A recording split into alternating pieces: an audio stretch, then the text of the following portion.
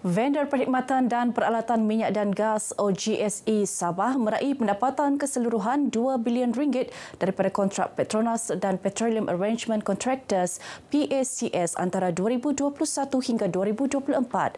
Jumlah itu termasuk RM1 bilion yang diperoleh pada 2024 sahaja, peningkatan 229% daripada RM613 juta pada 2021.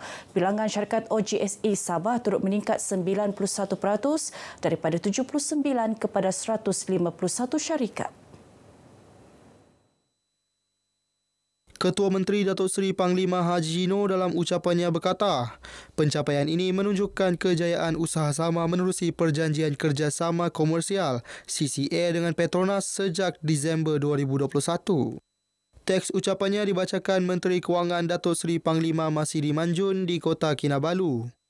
Datuk Haji Ji turut memuji program Mentorship Sabah, inisiatif bersama Petronas dan kerajaan negeri yang membantu memindahkan ilmu dalam meningkatkan keupayaan vendor tempatan. Selain itu, Majlis Kandungan Tempatan Sabah yang ditubuhkan pada Mei 2024 bertindak sebagai platform kerjasama untuk melatih dan membangun tenaga kerja tempatan dengan pelbagai program dirancang bagi tahun ini. Dalam pada itu, sebanyak 88 vendor Sabah berjaya memperoleh kontrak dan pesanan belian daripada Petronas dan PEX pada tahun lepas. Penaiktarafan Hub Keusahawanan Bazar Udah Fama Agrobazar di Checkpoint Batu 32 Sandakan berkonsepkan kawasan persinggahan rehat dan rawat R&R bakal memberi keselesaan kepada pengguna jalan raya untuk berehat seketika sebelum meneruskan perjalanan. Menteri Pembangunan Usahawan dan Koperasi Datuk Ewan Benedict berkata, inisiatif tersebut secara tidak langsung membantu meningkatkan pendapatan usahawan kecil setempat.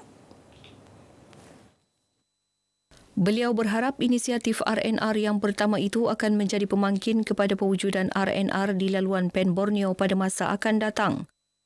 Saya percaya dengan laluan Lebuh Raya Pen Borneo yang panjang itu mesti juga dipertimbangkan, cadangan saya dipertimbangkan untuk satu tempat di mana para pengguna jalan raya dapat berehat, dapat mengambil ruang untuk berehat daripada perjalanan jauh. Beliau berkata demikian kepada media pada Majlis Buka Mata Singa sempena Tahun Baharu Cina 2025 Parlimen P184 Libaran di Sandakan. Datuk Ewan turut memaklumkan beliau akan mempengerusikan jawatan kuasa penyelarasan bersama Kementerian Pembangunan Perindustrian dan Keusahawanan Sabah bagi menyelaras penyaluran inisiatif berkaitan kepada usahawan kecil dan koperasi di negeri ini. Sementara itu, penganjur program Dr. Peter Junior 19 berkata pihaknya akan meneruskan program seumpama pada masa akan datang. Itu merupakan satu inisiatif tambahan untuk kita bermesra dengan masyarakat untuk menunjukkan perpaduan di antara etnik yang ada di Sabah ini. Ketibaan pelancong antarabangsa ke Sabah, terutamanya dari negara China, menunjukkan peningkatan positif. Menteri Pelancongan, Kebudayaan dan Alam Sekitar, Datuk Seri Panglima Christina Liu berkata, sepanjang Januari hingga November tahun lepas, 2.8 juta ketibaan pelawat direkodkan dengan peningkatan luar biasa sebanyak 22.7% berbanding tahun 2023. Ketibaan pelancong domestik meningkat sebanyak 7.1%, manakala ketibaan pelancong antarabangsa pula menunjukkan pertumbuhan kukuh sebanyak 57.1%. Datuk Christina berkata demikian ketika berucap merasmikan Tourism Insight Day 2025 di Kota Kinabalu. Bagaimanapun, beliau berkata pihaknya mendapati permintaan di Korea Selatan, Singapura dan Australia lebih perlahan. Justru strategi kolaboratif dan inovatif diperlukan bagi menangani cabaran ini. Penambahan laluan baharu pada Januari dan Februari tahun ini seperti Singapura ke Tawau dan Tokyo ke Kota Kinabalu adalah contoh kerjasama yang berjaya antara Lembaga Pelancongan Sabah dan rakan kongsi penerbangan. Sambungan ini bukan sahaja meningkatkan accessibility tetapi juga mengukuhkan kedudukan Sabah sebagai destinasi pilihan utama bagi pelancong antarabangsa. Kementerian Pembangunan Perindustrian dan Keusahawanan Sabah terus giat memperkasa golongan usahawan dan industri tempatan di negeri ini. Menterinya Datuk Fung Jinze berkata ia bagi memberi peluang kepada mereka untuk meningkatkan kapasiti ekspor melalui peruntukan yang diberikan. jelajah santuni industri tempatan yang mana untuk tahun lepas saya pun ada meluluskan beberapa peruntukan kepada industri tempatan yang telah saya melawat. Sudah tentu mereka akan diberi mesin ataupun packaging support supaya mereka boleh membesarkan kapasiti mereka. So ini adalah satu inisiatif ataupun salah satu keutamaan yang kita sedang bertumpu. Beliau ditemui media selepas merasmikan program Tawau International Light Fest 2.0 di Tawau. Dato' Fong berkata, peruntukan RM15 juta menerusi SME Up diberikan kepada usahawan dalam bentuk geran, meliputi bantuan mesen dan pembungkusan untuk membesarkan kapasiti bagi kemampuan ekspor. Manakala perbelanjaan bagi penyertaan usahawan tempatan menyertai ekspor perniagaan di luar negara juga dinaikkan sehingga RM5 juta. Tambahnya, penaik tarafan lapangan terbang Tawau bermula pertengahan tahun ini juga turut membantu mewujudkan ekosistem perniagaan yang baik di daerah Tawau.